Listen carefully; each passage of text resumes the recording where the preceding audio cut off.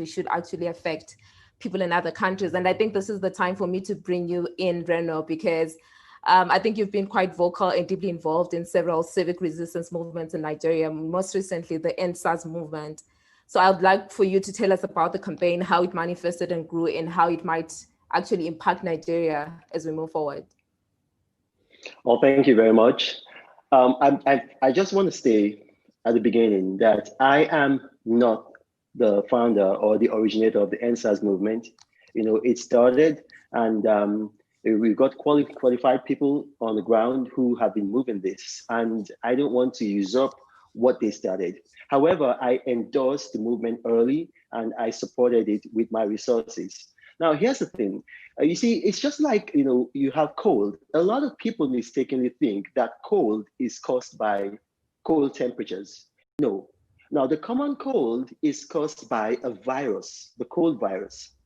But cold temperatures they make the cold virus, it's conducive with cold temperatures. So you don't have cold because the temperature is cold. You have cold because you have the cold virus and you are in an atmosphere, an environment that is conducive to cold. Now, with the EndSARS, what's happening is that Nigeria is conducive for revolution. EndSARS is just an outlet. The whole thing, the cold that is causing this, that is making revolution conducive, is the poverty level in Nigeria. That's what's making EndSARS happen right now. Now, let's look at what happened. In September, this government, Muhammadu Buhari's administration, they increased the first week of September 2nd, they increased the price, the electric tariff by 300%. And then 2 days later, they increased the price of fuel by 35%. Now, this is a country that in 2018 became the world headquarters for extreme poverty. People had just come out from a lockdown. So you can imagine what that will do to inflationary tendencies.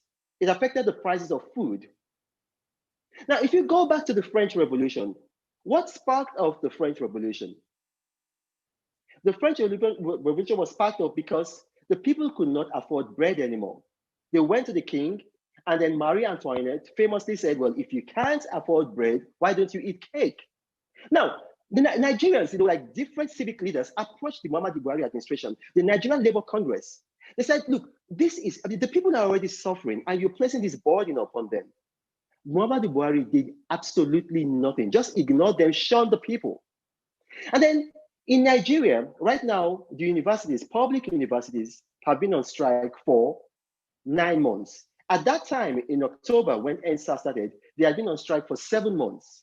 Now you have 1.7 million Nigerian university undergraduates at home, being idle.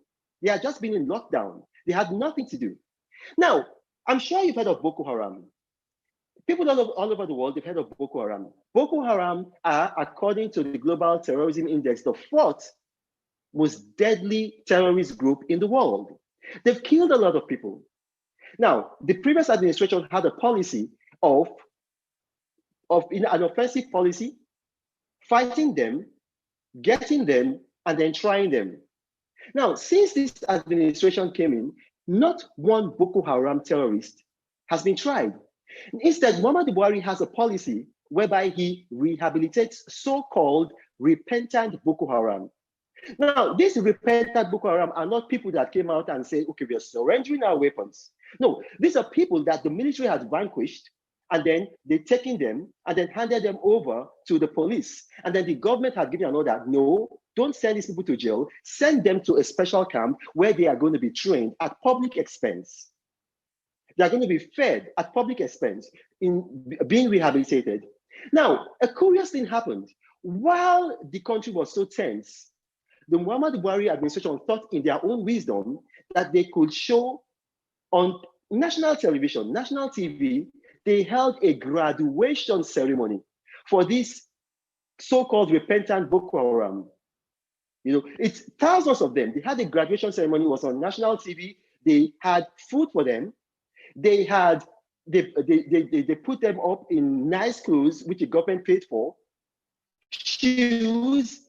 They looked. I mean, and now just imagine you have 1.7 million law-abiding students who pay fees and who have been at home for 7 months at that time. Now it's now 9 months watching this on TV. Now, how do you imagine that they felt?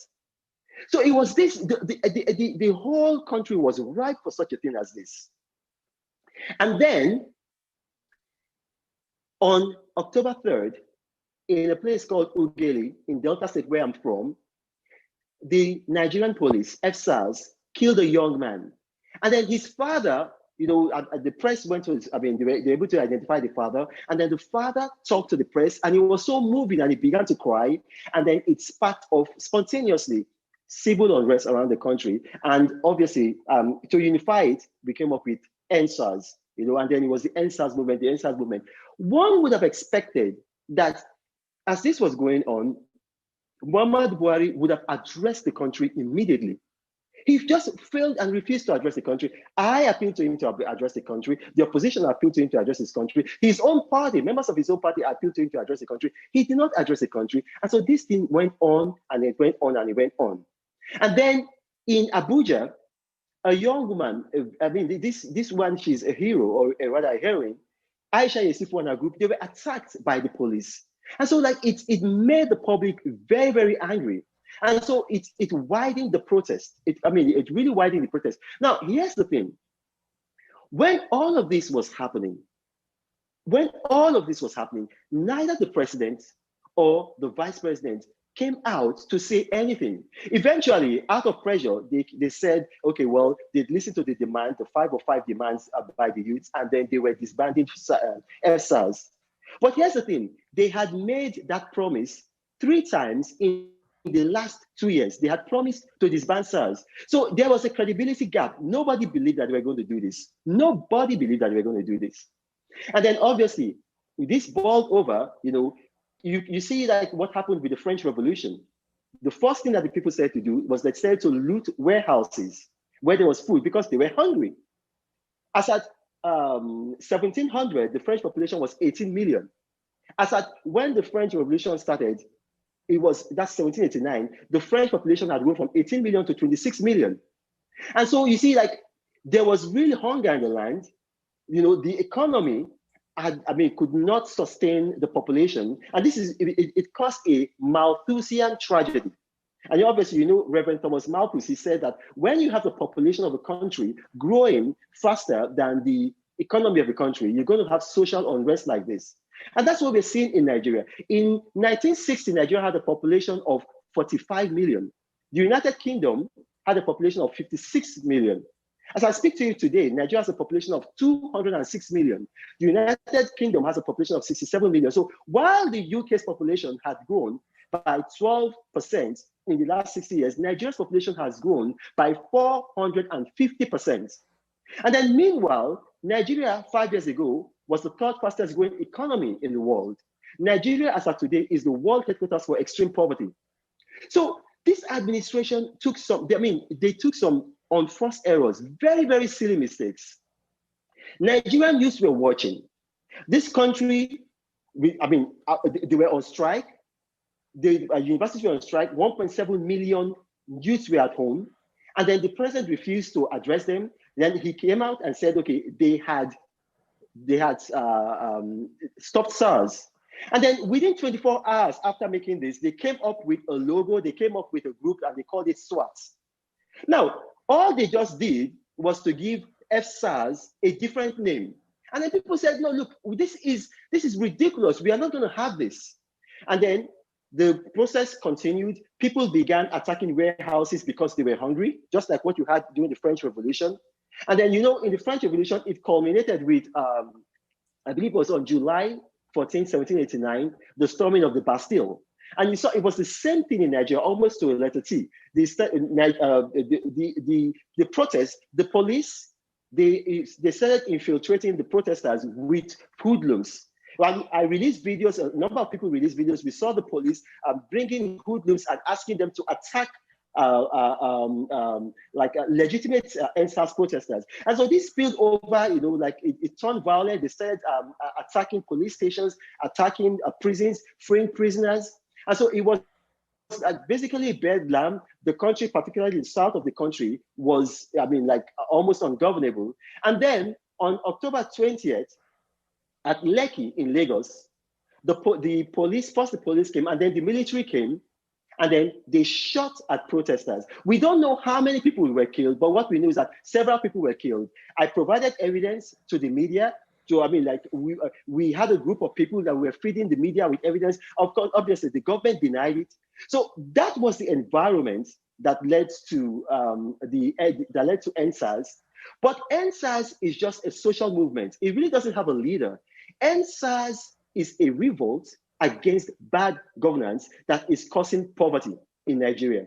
Bad governance is causing poverty in Nigeria. And we've seen all these kinds of, we have never seen, I think, was it, I can't pronounce her name, well, was it Fadumo, who talked about clannishness.